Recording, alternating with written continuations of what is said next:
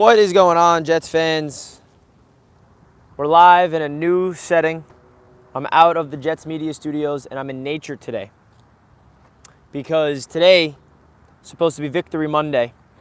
Today is supposed to be a day where the Jets can, potentially start something special. But instead, they go out and completely look flat on Sunday Night Football. And we're on a 4-game losing streak, no victory Monday. So instead, I'm in the sun. Instead, I'm connecting with nature because I think that's a little bit, more important right now because the Jets don't make me feel any better about myself. But I just wanted to go live and just tap in about my thoughts of the Jets being 2-5 because obviously when I'm sitting on this walk on a beautiful day on Long Island, I'm trying to let's go for a walk and not think about the Jets and just think about something else. I can't get the Jets out of my mind, even though that we are in a complete situation of just shock, disbelief, embarrassment. I mean, there's so many different words you can use. And I'm like, all right, I'll go for a walk, clear my head. Clear my head of what? I cannot think about this Jets team just disappointing us. And the Mets, by the way, their season last night ending the way that it did. Even though the Mets make me feel a little better because the season ended for the Mets in some positive light, right? Obviously, we want to go to the World Series and beat the Dodgers and face the Yankees. But that was a magical season for the Mets that I have a lot of optimism for the future. The Jets, on the other hand, the season is over before it started, it feels like. That's the difference. That's the difference, man. So now you're getting a different version of Jets media just on a walk. And I wasn't even planning to go live. But I'm on my walk. I'm like, why not just go live from my phone for a few minutes and share my emotions? Because I know Jets fans can sympathize. But the big question is the Jets have an opportunity in front of them.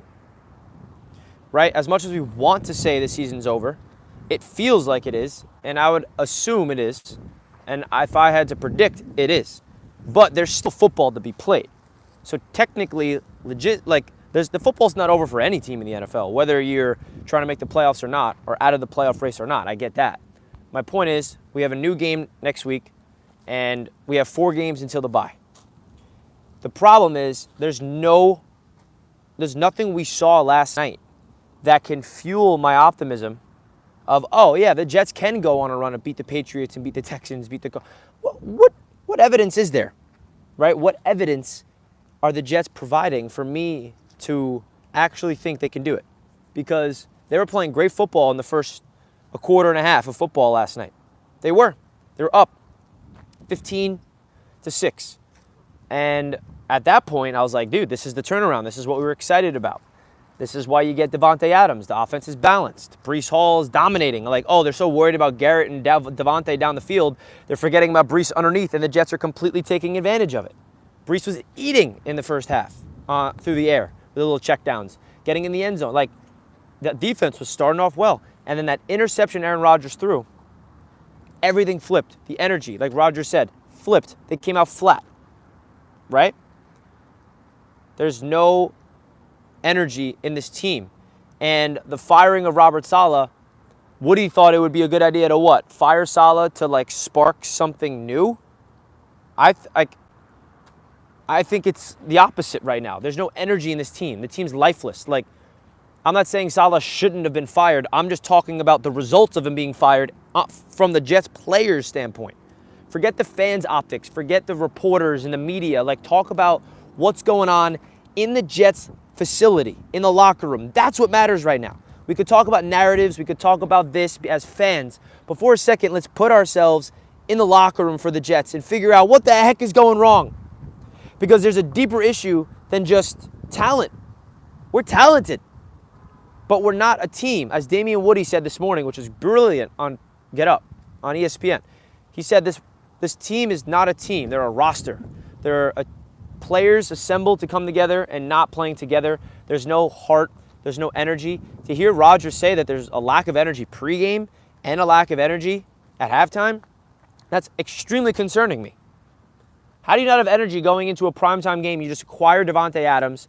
You have a chance to go on Sunday Night Football and show the world that we are here and we have a chance, and there's no life, that's ridiculous. That's absolutely ridiculous. So, like, Woody Johnson, I think it was a smart move to go for Davante Adams. I'm not saying it wasn't. I wanted him. I knew it was going to happen eventually. But the big risk of getting Davante was you trade for him and it still goes to trash, and then we gave up capital for him and we have to pay him. I don't know. There's still a lot of football left. There's 10 games, but the problem is the only chance the Jets have is winning 8 of the next 10 games to even have a chance in the postseason. That will give you 10-7, and that seems like it is negative 1% chance of happening. I'm just giving you the what is possible mathematically.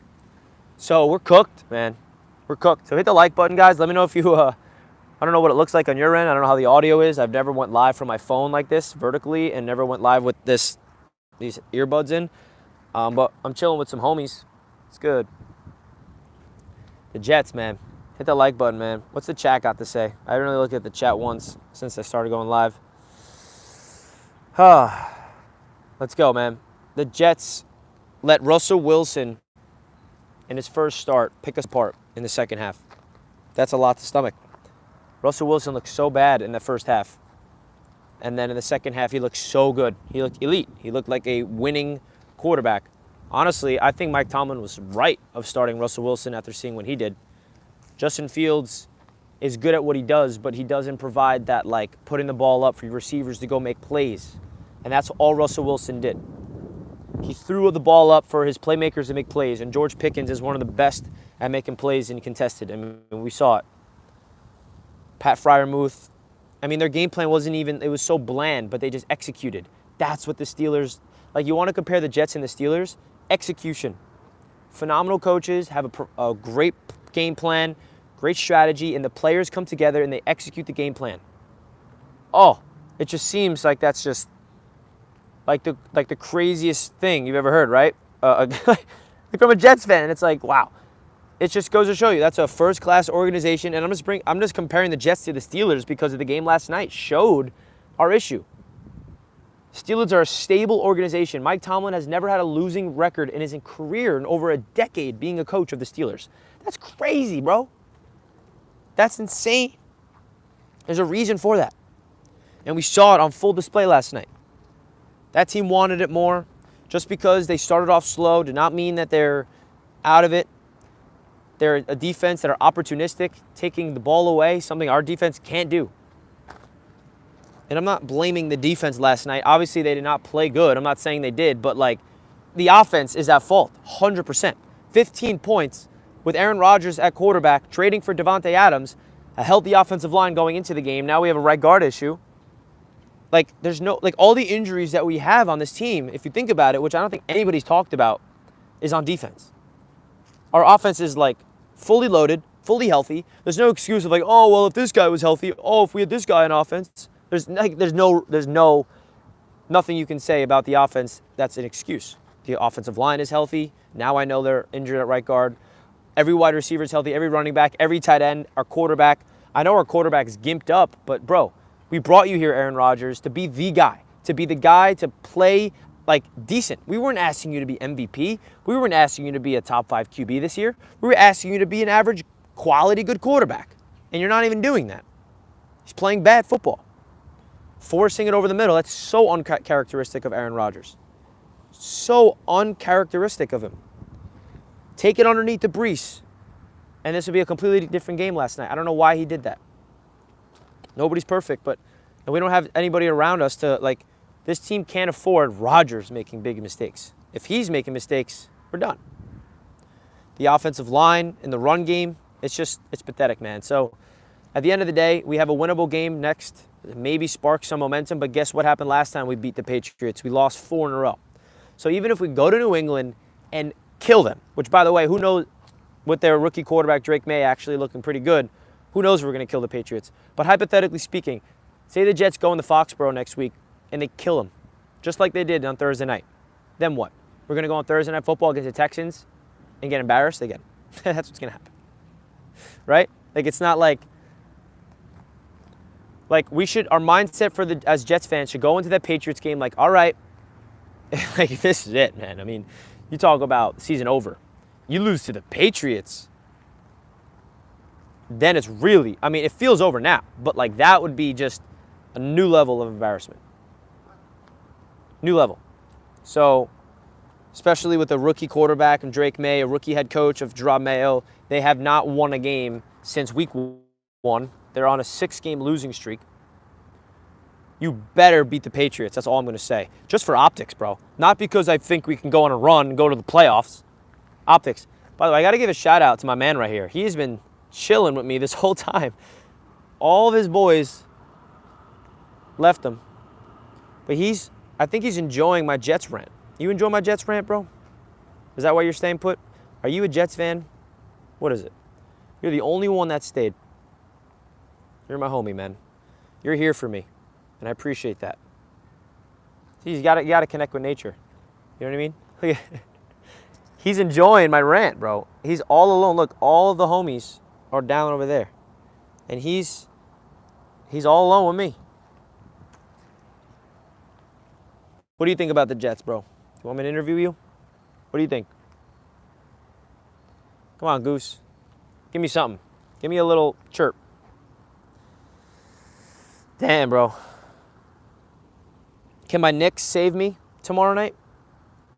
Now, I'm not going to lie, bro.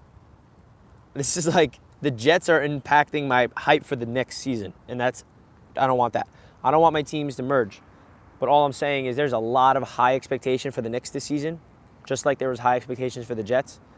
And going into a season with high expectation is nerve-wracking. The Mets had no expectations this season, and they over-exceeded, so it was all beautiful.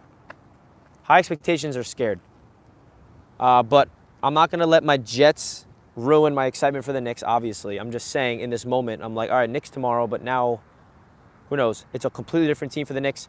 Any Knicks fans in the chat, just to remind you guys, I will be live for the Knicks-Celtics watch party on Knicks Media tomorrow night. So definitely come through.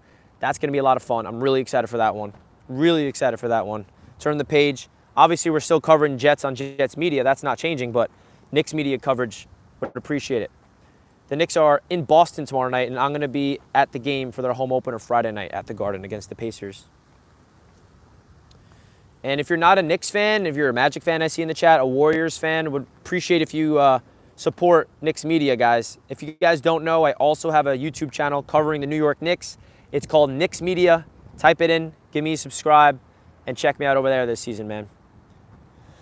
Oh, my homie's still with us. Should I, go up to him, or am I pushing my boundaries? What do you think, man? What do you think about Aaron Rodgers coming to the Jets and being 2-5? What do you think? Uh-huh.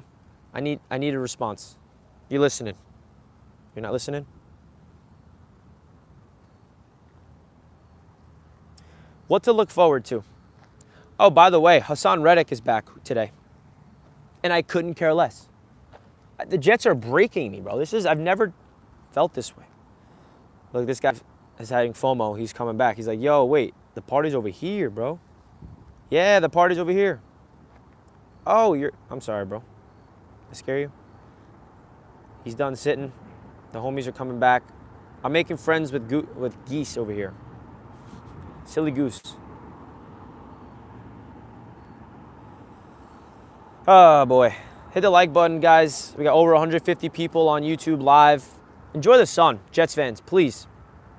It's a beautiful day outside. Today's supposed to be Victory Monday, but we're not. We're not celebrating a Victory Monday. So instead, we enjoy the sun. We enjoy the weather. That's what we do. And we get ready for the Knicks season, because we're already in Knicks mode. Knicks mode, by the way. Let's go Knicks.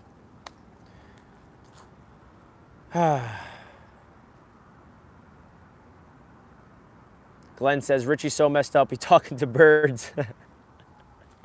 Yeah, Glenn, I am messed up. I'm talking to birds now. I'm making friends with birds. That's my friend. Never forget. Tree says, Knicks Media. Yes, that's me. Knicks Media on YouTube, that's me. Hit that like button, guys. We got over 160 people on a day where Jets fans thought that we can come out and be excited. I'm going to go for a walk now. I got to leave. It's nice to meet you, brother. Hope you have a great rest of your life. I'll see you again soon, man. Got to say goodbye to the homie before we leave him. But this is a different type of live stream, you know? I feel like it's more personal. It's less, like, serious.